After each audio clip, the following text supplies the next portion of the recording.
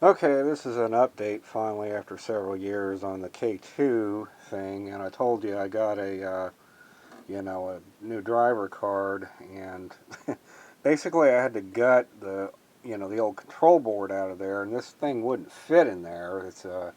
I think SateSmart or somebody like that makes this board.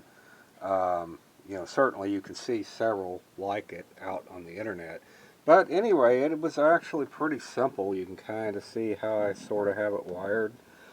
Now I had to, of course, go into Mach 3, and um, oh hell, I forgot to bring the mouse over here. Well, I used my keyboard. But yeah, I mean, I had to go into Mach 3 or Mach 2.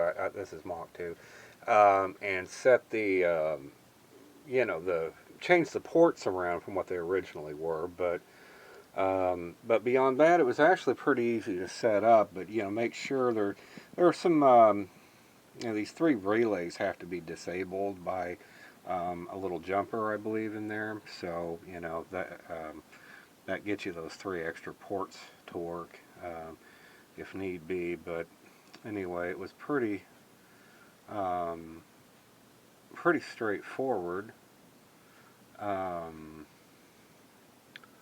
so let's see. I'm trying to think what I put those resistors in there for.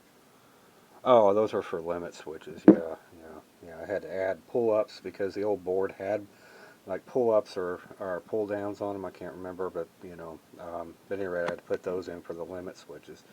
Um, but yeah, I mean, like I said, I got it working, so it works um, great. So, so anyway, I just wanted to update you on that.